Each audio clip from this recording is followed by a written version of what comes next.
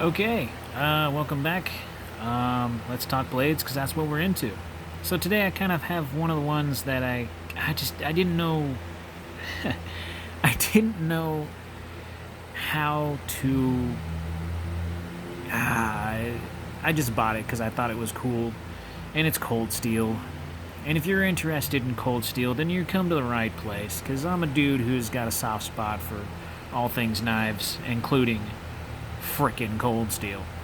So this is a frickin' knife that is frickin' huge. And this is one chunker that I do not carry because it's so big, but I frickin' love it because it's frickin' Coldsteel. It is called the Coldsteel SR1, and it is CMP S35VN. I was gonna call it something else, but I had to make sure. G10 handle scales. This thing is huge, and it's heavy, and it's big. And if you're into huge, heavy, big knives, then you're gonna love this knife. I mean, look at the blade stock on this thing.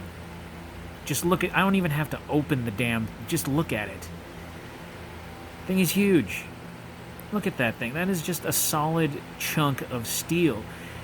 Carrying this knife, I have to tell you, I felt very empowered. But I will also tell you the two reasons why I do not carry this knife. One of them being the fact that it is really chunky and really wide in the pocket. And it's just really long. And another is the closing on this thing is dangerous. And not because of its size, because of the fact that this knife doesn't exactly have a ricasso. And if you don't know, I coined that term a lot, ricasso, because that's usually how I close my knives one-handed. Let's move this out of the way, because this knife is big enough. The green G10 handle scales are nice and sturdy, and it is slightly sandwiched between a black, I'm assuming G10 liner, and two very thin steel liners. And you have this stop pin right here.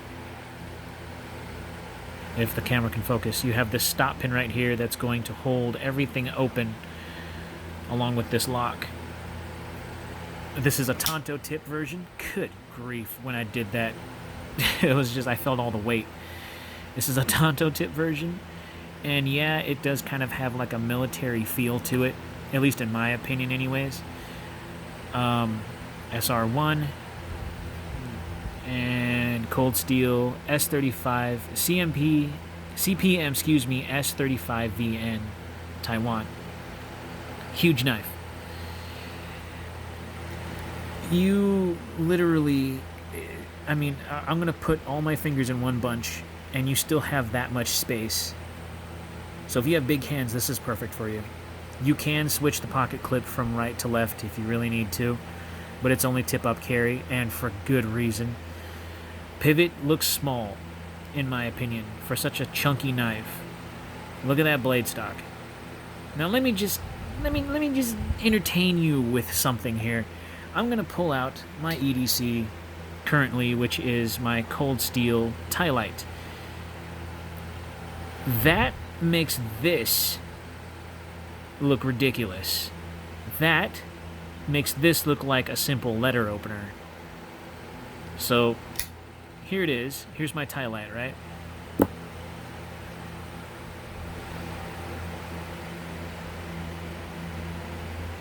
I'm not even going to say anything. I just want you guys to look.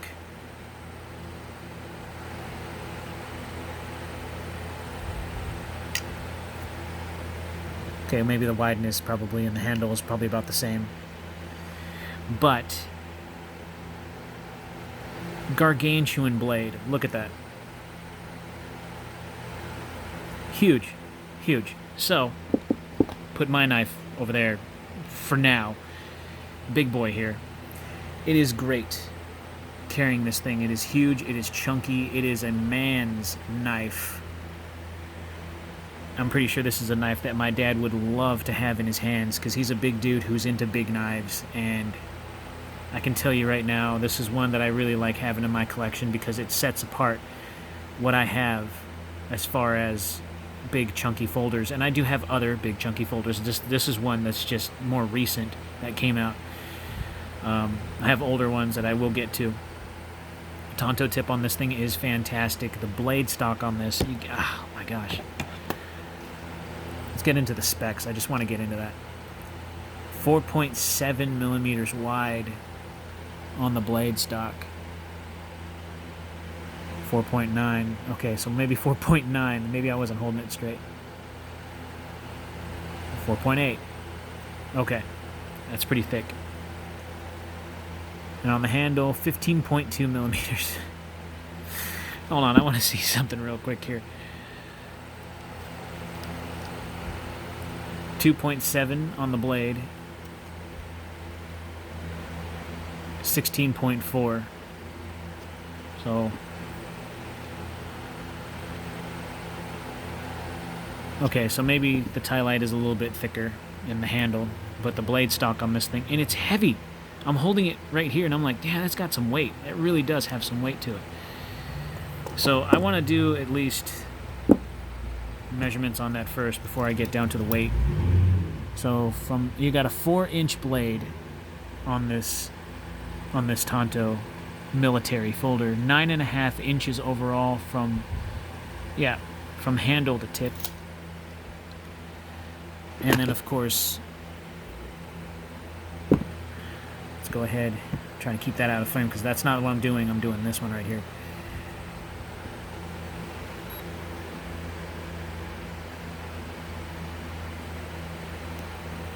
Hold up. 7.19 ounces. This thing is heavy. Anything over 5 ounces is gargantuan. It just shook the entire table with me just dropping it on the table like that. Little boy. Oh, how cute. 3.94 ounces for this guy. So, and you're probably asking, what do you mean about it's dangerous closing this? It is dangerous closing this thing one-handed because... God, man, that is... Okay, you see how I hold this, right? Like, let me just show you something. Let me. Okay, here we go. When I close this knife, I do this. And when that goes down on a normal knife, the ricasso will hit my finger right here. And I'm not getting cut. The blade is right here. The ricasso is this little unsharpened portion of the knife right here that I let hit my finger when I'm closing any knife one-handed, if it's not a liner lock like this one. And then I ride the rest of it down to close it. This one is a special exception because it's still a liner lock and I can just do it like that. But any type of normal knife with a back lock like that, I let the ricasso hit my finger first, move my fingers out of the way, and then I ride the rest of it down and close it. With this frickin' gargantuan thing, closing this thing one-handed is dangerous, and I will show you why. When you unlock it, I'm gonna let it hit the table. Oh, that was scary. When this goes down, there is no ricasso. If you look, you have just that little itty-bitty space, and when your finger is in the way and this goes down, you can tell that the blade will literally go into my finger. When I first got this knife, out of instinct, I closed it one-handed, not knowing that there was enough ricasso to catch. I mean, there wasn't enough ricasso to catch, and this blade literally kissed the inside of my finger and it cut me wide open. And I noticed that because when I did it real quick and I closed it and I was like, oh yeah, whoa, what the heck? It started stinging. My finger started stinging, so I look and I started bleeding out of nowhere. I didn't see it at first because it was such a clean cut. I bent my finger down like this and a roll, just a little bit of a, a drip just came out of that hole, and I was like, oh no, I'm bleeding. I don't know how that happened because it never happens. So if you get this knife, be extremely careful with how you close it. If you close it, be the smart guy. Don't be an idiot like me. Close it two-handed. Great knife, but you can seriously cut yourself because I did it with myself. One thing I really like about this knife is that the thumb studs are huge. They're really huge. And of course, you know, you got the triad lock because that's what that is. With the liner or the spine lock like that. They call it the triad lock, and it is. It's very strong. This is a great knife. Huge. Great knife. Oh! I just did it again.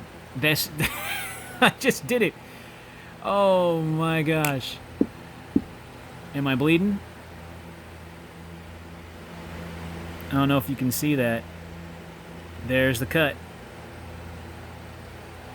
And I'm only bleeding just a little bit because when I... Oh, see, that was just a dumb move on my account. I did that. That's the first time I've ever done this on the channel. I'm not really bleeding. No, I'm bleeding. Yep, there it goes. Oh, fantastic. Well, there you go. Coldsteel, you need to fix that. Put a little ricasso on there or something. It's just a tiny little cut. That was a stupid move.